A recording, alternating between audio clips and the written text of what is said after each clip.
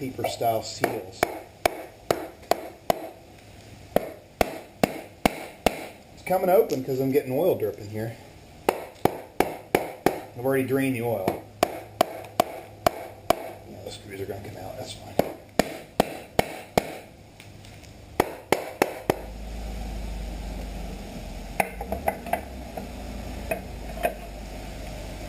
And there we go. There's the clutch basket. There's a pin. This is the oil. Chain looks pretty good. Roller looks okay. This keeps tension. That roller keeps tension on the chain.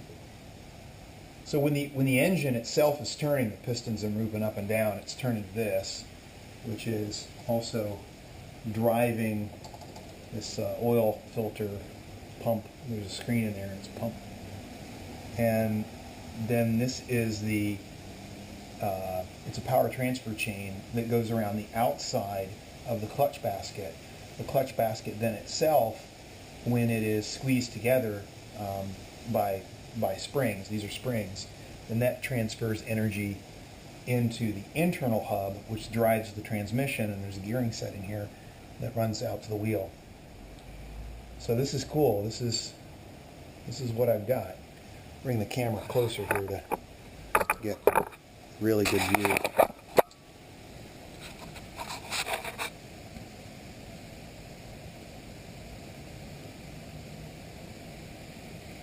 I'll take a look at the inside of the case to make sure that the chain isn't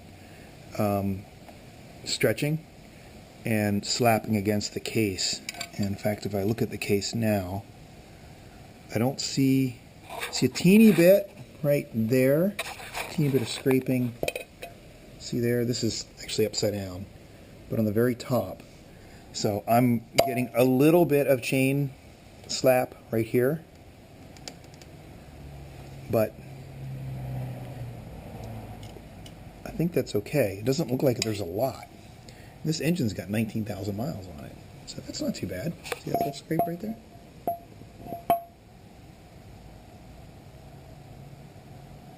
Here's an oil channel for the pump. And this is the seal right here. Boy, look at that. Look how paper thin that is. That's why you don't do this job without having that available. And part of it ripped off and is down here on the bottom of the case. So yeah, you've definitely got to replace that before you put everything together again. Is that? Yeah, that's the only part that ripped off. But I'll dress this. I'll dress the edges.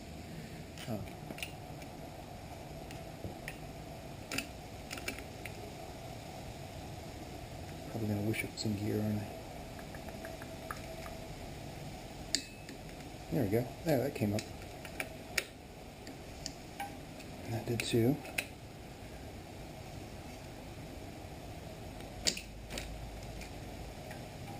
Off.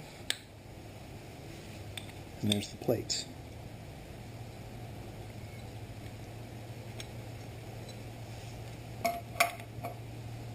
And now should be able to finger the plates right out. Oh boy, they're nice and stuck. Well, now that will not do. There. So that's the kind of plate I've got with the outer rotor. They're segmented.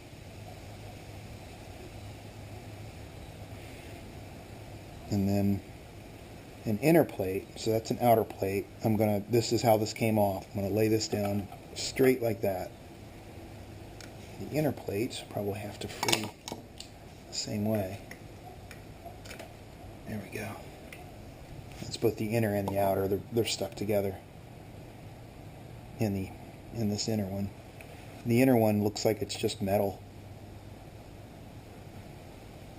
I think the outer ones are made of phenolic with a coating on the inside. I'm going to cut cut myself doing that. Alright. So these are definitely stuck. I need to open them up. There we go.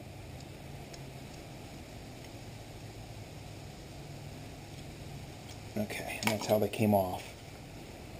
So that's an inner disc that rubs against the outer disc to transfer the outer energy into the inner.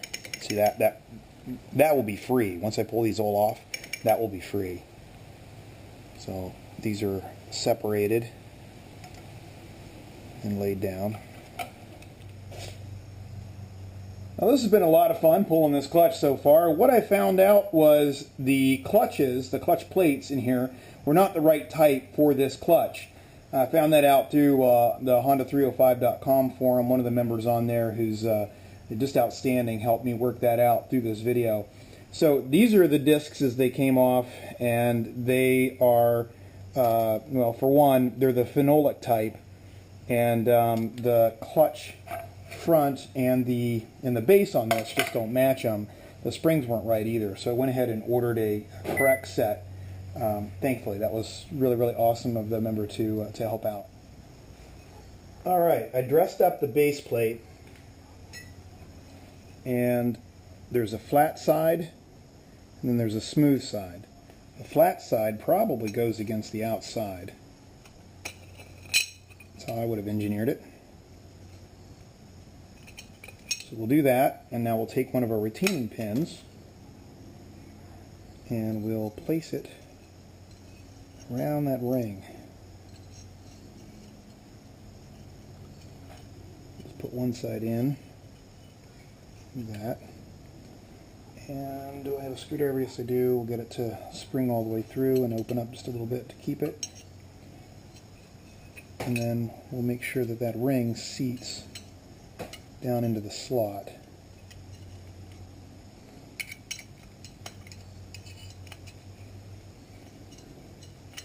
I don't know if we do that first or if we bring it around first. Now we got to slot it first because it won't be long enough to go in that hole. Alright.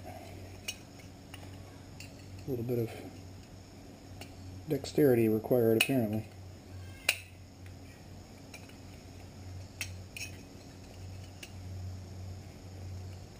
There we go. You got to pull on the wire.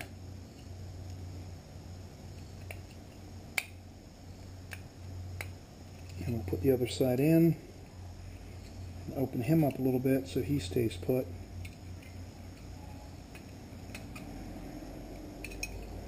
And then make sure that the wire seats down in to that slot.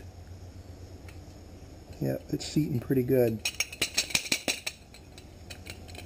Nice. Alright. Alright, I was told it was a good idea to soak brand new clutch plates in oil before you put them on, so there they go. We're going to let them soak for a bit. Alright, time to put the clutch back on. I had already showed you that I had soaked these things in oil. They've been here for probably about 2 hours. I'm going to go ahead and put this assembly back on. I've already gotten the back plate, the first friction plate, and the next metal separator plate on, and I put the wire retainer, which tops right here, on one after the back and then one after the first clutch plate and then the separator plate. So I need to put this on here while they're all nice and gooey, and first thing I'll do is get that seated and then rotate this, there we go, until that's on. Now this is a separator plate, an inner plate, so now I need to put a nice oil soaked outer plate on and make a splendid mess, and then a metal separator, inner plate. And I felt these and it doesn't feel like they need to face inward or outward, like there's any direction to them. And then friction plate, then an inner plate, and a friction plate,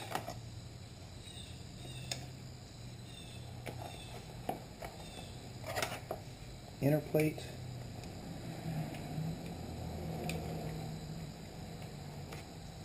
and then a friction plate, Now, before I go any further, I need to attach this entire assembly on here because I just slid it on. So there is a little, what do they call this? A snap ring or a split ring.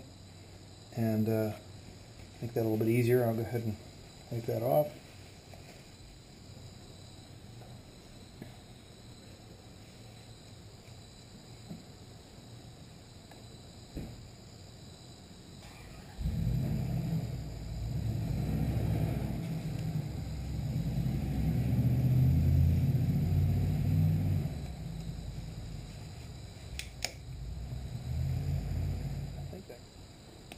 Looks like my clip is in the groove, but it's not as seated in there as I would feel comfortable with it being. So I'm going to tap it in a little bit.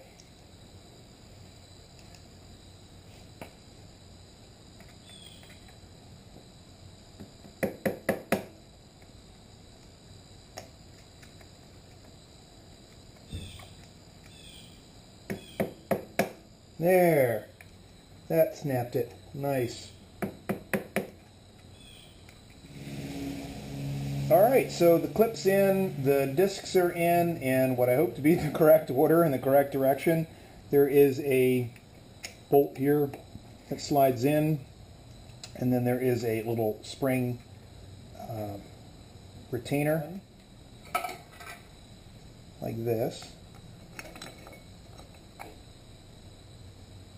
And the springs, brand new springs, soaking in oil, not that they need it, but what the heck, doesn't look like they're directional. No, they look pretty much the same. My clip is on and seated, and now I'm putting my brand new M6 but slightly too long bolts, but they seem to be okay, on over the new springs. Be a lot easier on these guys.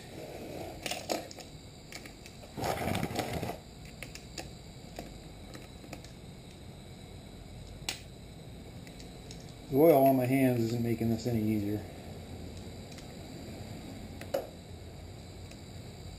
Boy, this is going in so much easier and better than the old stuff. That old stuff must not have been sized right.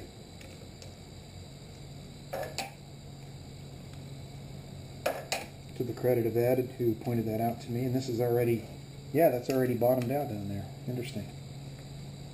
I mean, when I was putting this in before, there was a huge amount of tension getting down to the end, and I really couldn't tell when I was getting there. The springs seemed to be too long and too tight or something.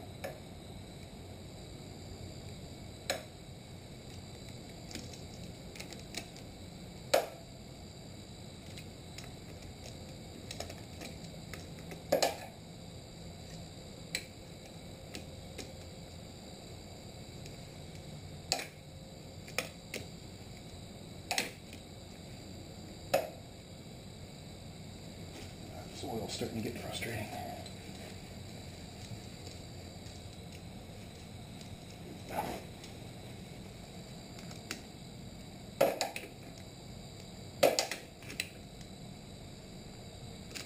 There.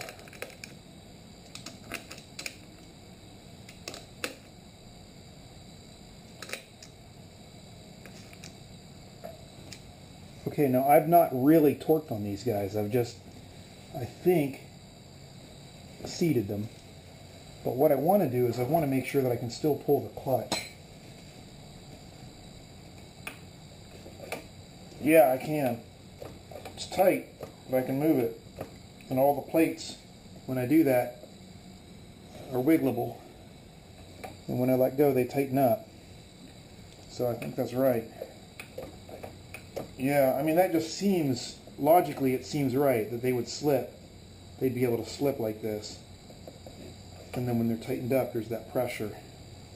Okay, here's what I think to be proof that things are okay. If I pull the clutch, and you may be able to see the plates separate, and I try to kickstart, it allows the center to free rotate without the outside engaging. See? Now if I let the clutch go, the whole bell has to move whenever I kickstart it. And that moves then against the compression stroke. Again, the clutch in, and boy, that clutch is hard to pull. My gosh, it's not at all like my Suzuki V-Strom, but clutch in, it allows it to move free, and then out, they bind. So I think the clutch is okay. Yay!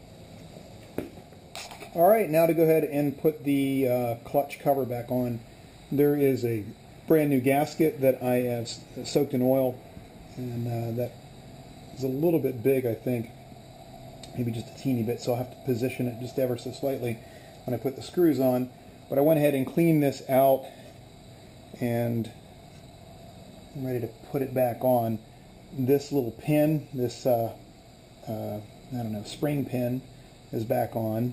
My oil circulator is on. My chains are on. I don't see any more parts laying here on the ground that I need to put in, so I think that's good. I'll double check everything before I start this thing up. But there we go. I need to get the shaft, the kick, or the gear shaft set. There we go. Now that's starting to seat, and now I need to run some screws through, and then adjust the gasket just a teeny bit. There we go. Now the screws go in. Okay, I got all the screws in, and I've not yet tightened them. The thing is still loose, but I'm checking the gasket to make sure that it's not hanging up or crinkled. I'm feeling all the way around and kind of pressing in a little bit. I prefer that it seats inward and not outward. So I think first thing what I'm going to do is tighten up the bottom, pressing on the seals down below. Again, I don't want to press too much. I'm not going to, I don't care as much about cosmetics as I care about just a good seal. So I'm just going to snug up the screws while just sort of feeling that seal and cheating it to the inside if it at all wants to move.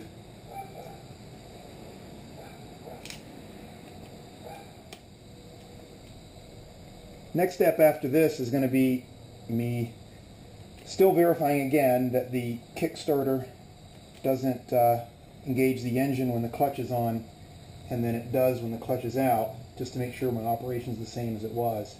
And then to check the oil screen, clean it, and to then replace that throttle cable, get my throttle bodies set so that they lift together, and then see if we can get the fuel flowing down into the carbs from my tank, and see if we can fire this guy up.